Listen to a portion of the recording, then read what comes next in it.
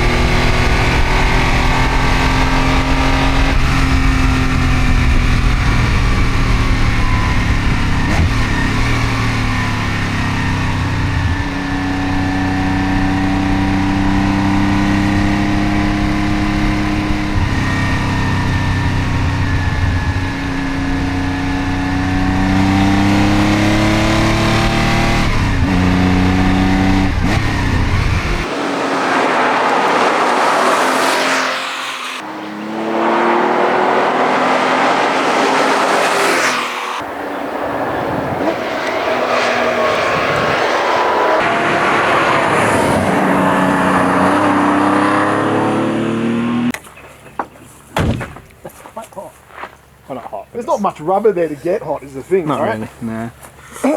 Right, let's see if we got anything.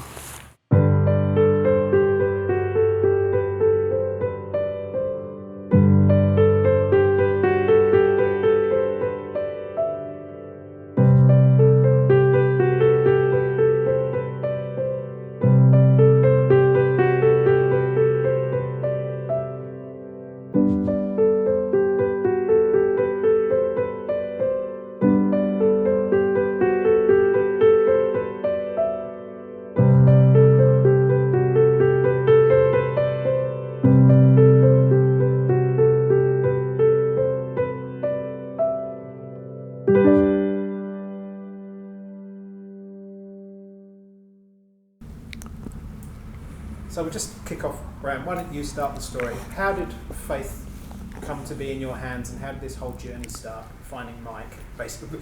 Scene one is finding Mike. Getting in the car and finding Mike. If I can get you just to give me another clap as well, please. Excellent.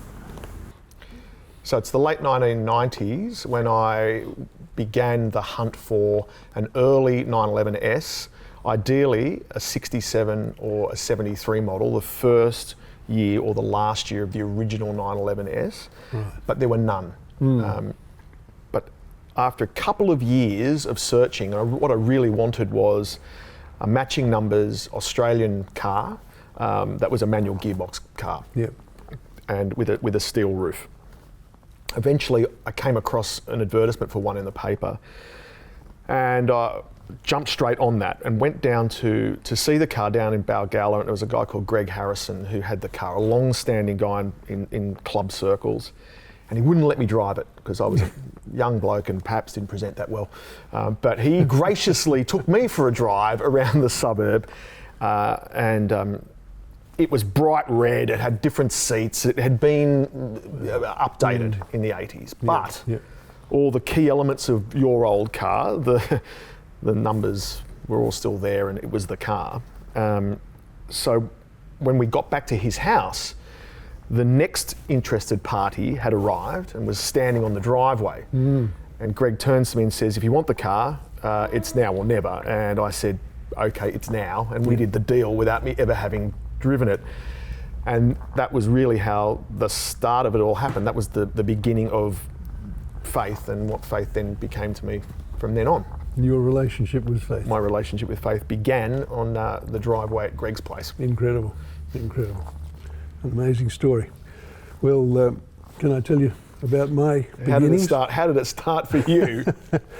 Well, it was probably around about 66 when I'd been married to my wife Sharon for a year or so, and sort of got the idea that we hadn't actually been to Europe, either of us, and it would be a nice thing to do. I think I'm thinking I was, how old was I? About 25 at that stage. So So I just got this inspiration to buy a Porsche. I'd always liked Porsches, and I was thinking a Porsche would be a nice thing to drive around Europe. So we ordered one, ironically through a dealer in Balgala, I think.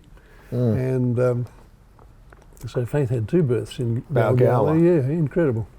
Anyway, we took delivery at the factory in Stuttgart in '67. And that was just the most amazing experience I'd had with motor cars at that stage, because we watched it go through its last week of preparation, including the last coat of paint and then out of the shop, and the way they put it all together was incredible. And so the morning we arrived and jumped into it, registered and ready to go, and off we went. And I think probably Monaco would have been very early on the planned trip.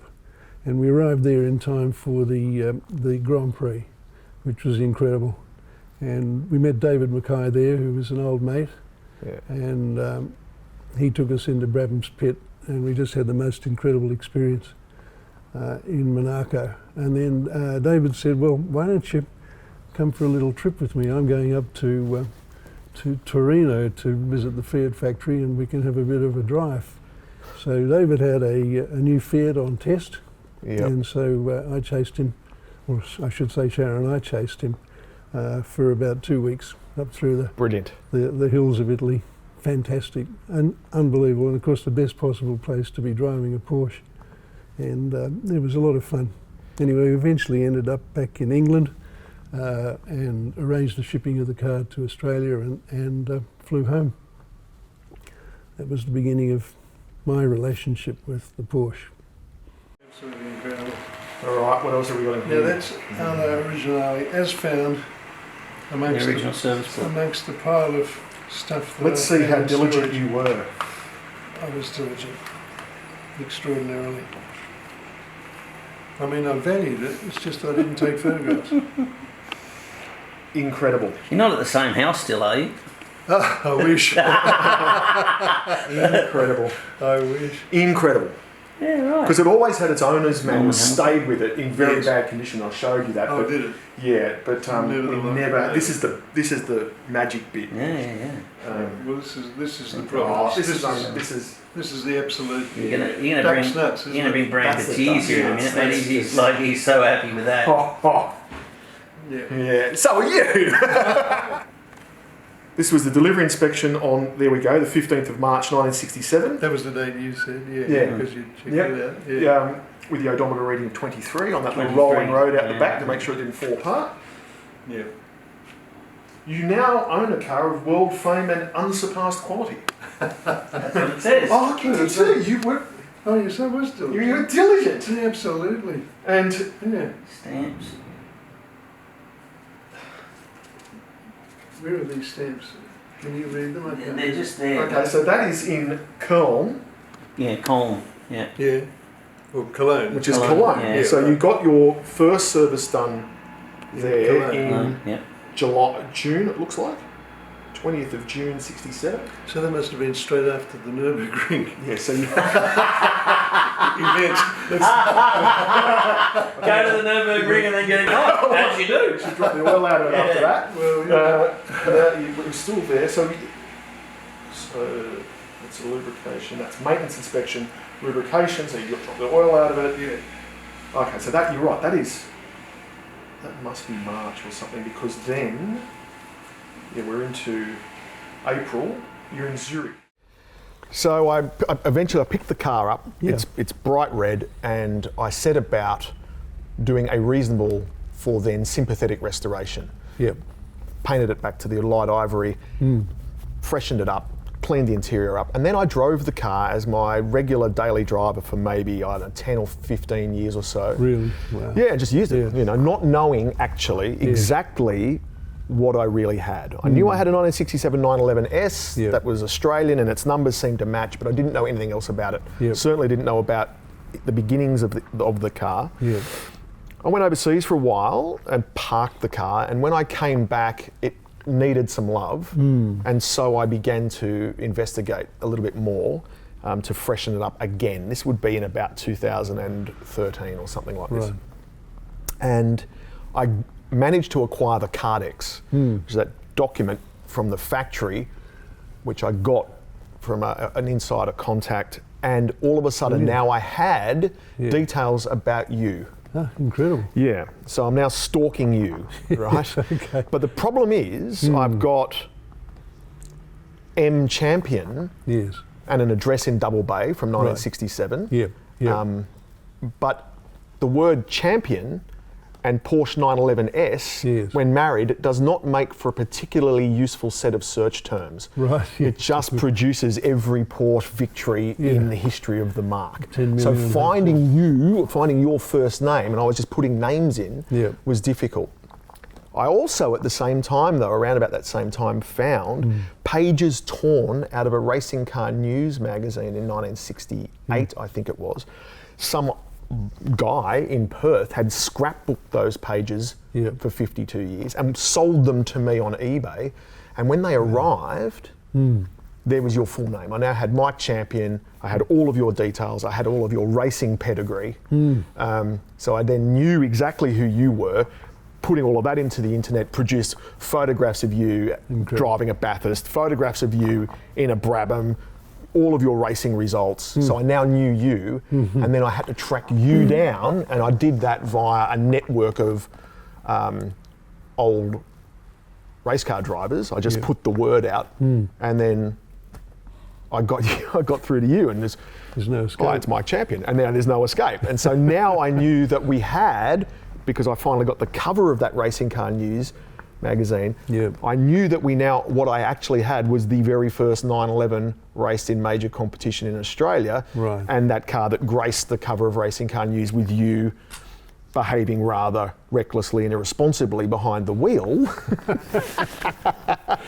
And I thought, I've just got to meet you, and set about restoring it again back to exactly as you specified it. Incredible. At the end of 1966. Incredible. I have been in parallel to restoring it back to as you picked it from the factory. Yes, okay. Accumulating the necessary pieces. Yes, okay. For recreating its racing form, including including the above, which I now have a real one. Is that right? I've got a real one since I last saw you. I had a reproduction one, but I've now got it's a little bit tatty, but it's a real one. Fantastic. And we will put it on a track. Okay. We'll see what happens. And you will crash it. No, you will not. And we'll put steel wheels on, which I've got a set of steel wheels for. Okay. But Nice. And we're gonna give it a bit of a fang. Give it a bit of a fang. Yeah. And we'll use a vintage 1967 Oki strap to act as to tie the bonnet down. Incredible. I've got to say, Bram, that's an amazing story, and I'm just blown away. But I recall when I had the phone call, the first time we ever spoke, and I have this phone call from you saying, Mike, you had a 1967 Porsche 911S. And I said, yeah, I did. And you said, was the upholstery houndstooth or leather? I'm thinking, that's a funny first question. Well, you want to make sure it's the right car. Anyway, it was houndstooth, and Bram said, thank you very much. I really need to, I'm restoring the car, and so on. So I'm thinking, wow, this is pretty amazing. I'd love to see that car again. And next I got an invitation from you to go to Greenwich, your home. That's right. And I sat there while you were telling me the story. I didn't see the car then because it was I think it was on the rotisserie by then. Yeah, I had just begun to disassemble it. That's right. Yeah. So anyway, then you produced the magazine. Yes, so that's right. The Racing Car News with a car on the cover and the story inside. I didn't even have a copy of that. I was so grateful to you. And then to really cap that, you came up with the program from the race that particular day, because I only ever raced that car once. That's right. And to get the program of that race, it's one of my treasured possessions. Fantastic. That's great. Absolutely brilliant. I was amazed that you'd found them, and you found more than one because you had copies. Yes. And so the story of the restoration began for me. That's right. And what was great is I had now definitive proof of every decision I was going to make, because you were so generous with your time that day. I was quite emotional meeting you, and I remember introducing my son Yes. Nash to you that Yes. day, and it was at that point that it was the story of the car took on a whole other dimension, and the standard to which I wanted to go Yes. suddenly was elevated considerably, because the historical significance of the car was so great, Yes. but also I'd made a friend. Yes. And yes. I didn't want to let you down. So, and felt then obliged to go I to felt the extent obliged you went. this to do justice to what you had, the car that you had the vision to create in the first place, specify and run in at the Nürburgring. Yes. Those stories that kept coming out. I thought, I've just got to do the right thing by this car. And we were moving around in different parts of Australia or around the world during the process, but you were always available. I remember I'd always send you either just teaser photos Yes. or just hopefully to keep you engaged in it enough so that when I was asking you difficult questions about can you remember which configuration the dash switches were in, that you'd answer me. So, but it was just great having you as the kind of executive producer of the car the entire way through. It was really good. Why wouldn't I encourage you to do the perfect job you've done? I mean, I got an inkling of what a perfectionist you are just from the collection of the program and the magazine. I thought, you've really gone to a lot of trouble to do this, so the least I can do is support it. And I really started to get a deeper understanding of how far you were prepared to go when you told me the story about sending the carburetors to US to get them restored to original specification. Yeah, and that's detail. We engaged. I think that through this process, the car has had a long history at Autohaus, which is where essentially ground zero was for the rebuild of Faith, and so the team that I assembled here on the car, everybody wanted to really take this to the next level, and so at times we decided to engage using all of the collective wisdom about the place here, specialists all around the world for certain parts. We sent brake calipers away, and we sent the carburetors away. There was a lot of detailed engine work that we did locally at Autohaus, but we got certain parts of the engine, camshafts, etc., reprofiled and reconditioned in the States because we wanted the exhaust system. We were able to salvage and use. It's pretty much original locally.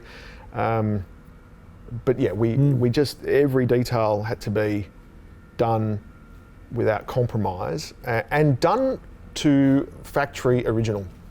Incredible. Even when it would seem to be counterintuitive, we're trying to recreate processes that have been in essence superseded over time, but we were slavish in where overspray would go. Because they didn't care at that point. They just slapped the black on there and nobody's ever going to look under there and it doesn't matter. We would recreate, in essence, recreate, the handmade, hand-wrought edges of the car, so the car didn't feel over-restored. And I think when we subsequently met with the car for you to see it the first time, that was also a big moment for me, your response to seeing the car, because I think it felt like, how was it transported 52 years into the future? It felt like the car. It was a real test of how accurate the work was when you sat in the car and just went, okay, so that's the same radio and that's the same everything, Very emotional moment for me too. Got to tell you. Man. How good is that? Yeah. So I think there's in that. He's pretty good at that. Nerd for this stuff, but That's vintage. Okay, that's interesting. Look, the two tailpipes out the centre there. yeah. On the they're like a 356 engine. 912. 912s. Yeah. 912s. Yeah. 356s or 912s. Far out. So I think that's in that bundle of legs I had That's excellent. scanned. So I'll have to find. There's a 911 engine here. Going Is along, it? That's coming down here. Oh, is it? Yeah, but these are all 356 or 912. Oh, they're a 911 engine. Yep. Now Sharon reminds me that we actually, during this tour of the factory, we saw our car getting the last coat of paint or something. They were doing the Last finishing touches on it. Yeah, absolutely. Wow. Sort of like, come back tomorrow and there it'll be in the yard for you. Incredible. Sorry, we didn't finish in time. Give us another day. That's right, yeah, exactly how it was. Really? Exactly how it was. So it took 4.5 years, really, of hard work to faithfully recreate Faith. How do you like that? Yeah, that's As I say, ground zero at Autohaus for the strip down of the car, and then the painstaking reassembly and engine build. You know, Grant Geelan and I've known each other for years, and he became our main guy. You know, and really wanted to see it through to you know, the standard that we got out of it. We used the best guys around on the other stuff. Dean McCreath did the body, and John Pisani did the interior, and everybody rose to the challenge of making it excellent. But really recreating. But I think where we really excelled ourselves, you know, with unlocking details everywhere, and then building an engine for that car that I think, you know, is a tribute to the original intent. It was funny, we're talking to Grant about this along the way, is none of us had ever driven what it was that we were trying to build. okay. So it's very difficult in your mind to think about when you've got it exactly right, because none of us had driven an original 2-litre 911S. Yeah. And we were all fascinated by what we were going to get at the end. Making decisions to go back to skinny tyres or different suspension, and we were slavish in that. And then I can remember when Grant drove it hard for the first time and came back with a massive smile and said, okay, you know, that's what we were trying to build, and that it's one of the most rewarding cars in all of the cars that Autohaus Hamilton have made. It's really, you know, that really makes me feel great. Yeah, one of them, and that shop has, you know, been turning out incredible cars for years, but for Grant to say, this is one of the most fun 911s that he's had the privilege of building and driving. Incredible. You know, and then for me to drive the thing, I was concerned that I always loved the car. Was I somehow going to be, you know, making something that, you know, didn't live up to what I had disassembled? But it's so much better. It's such a finely tuned, precise, fine-boned, exciting, light, balanced, beautiful thing. Yes. I can see why somebody with your motor racing pedigree, who spent most of his time behind an open-wheeled Brabham, would have chosen that car as his road car. Really? Yeah, the dynamics of the way this car feels, the way it delivers its power, where its rev range works, the way it connects you to the road, must be close in a way to the feeling that you would have got in the Brabham. Yeah, okay. I think I haven't driven that car for a long, long time. And we need to do something about this, perhaps. I think that would be a great idea. Well, you've seen the car, but I think today we didn't just come here to have gas, but you've got to drive this thing, right? So we're going to have to go out this afternoon. Let's do it. And you have to put your right foot into it. Absolutely. Let's do it. And just remember that, you know. Well, I think from the experience that you gave me at the introduction of the car after 50 odd years, the little spin we did down Willoughby Road, I won't tell anybody what speed we were doing, but it was pretty damned amazing. I reckon that car goes better than it did when I picked it up in the factory. Really? Yeah, I do. Well, I hope. I mean, look. I reckon it's the best car that I've driven. Far newer cars. Yeah. But I haven't driven a car that delivers that kind of smile, that kind of way. It's it's a smile. It's, you know, it's just it makes you smile. It makes you smile. So it'll be really interesting now this afternoon to see how it stacks up versus your memory of driving it. Yes, well, now that you drive it. That will be interesting. Yeah. Looking forward to that. Thank you, Bram. Very kind of you. Clutch in. There it goes.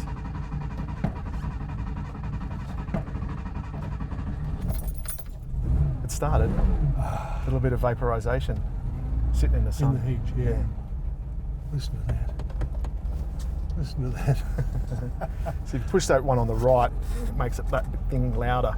Does it? Yeah. Like that? Like that. All right, let's give it a go. So through the gate, yeah? Through the gate. Away we go. My God. I can't believe I'm actually doing this. How good's this? This is incredible. Oh, that one in the middle's to slow it down, was it? Yeah, the one in the middle slows it down, yeah. It's all that conventional stuff, you'll remember. There it is. Whoops.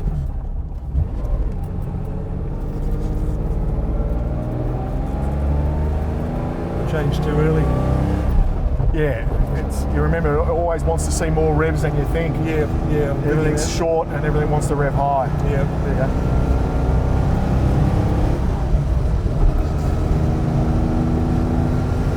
Oh, I love it. Now I can hear the whine of the gearbox. Yeah. It's all coming back, Graham. It's all coming back.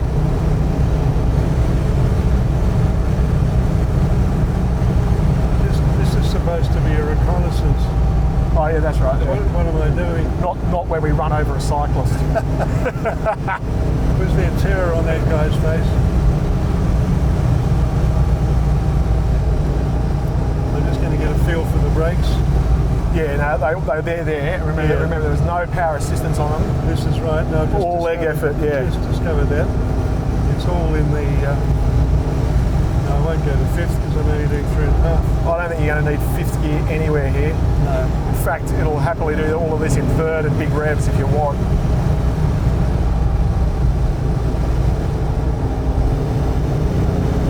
There it is. Oh, there it is. Oh, mate. I'll leave it in fourth. Yeah. Unbelievable. Unbelievable.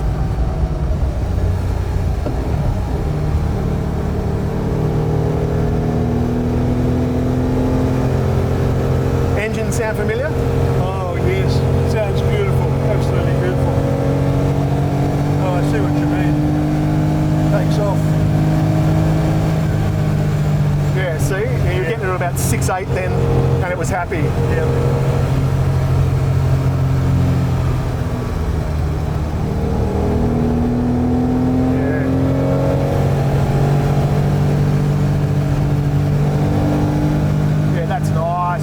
Yeah, it's beautiful now.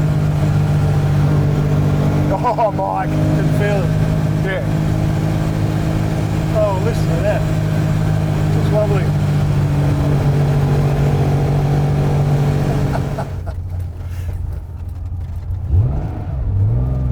Wow. Wow. Now we get out and have a good shake. My God. You can still steer. Oh, man.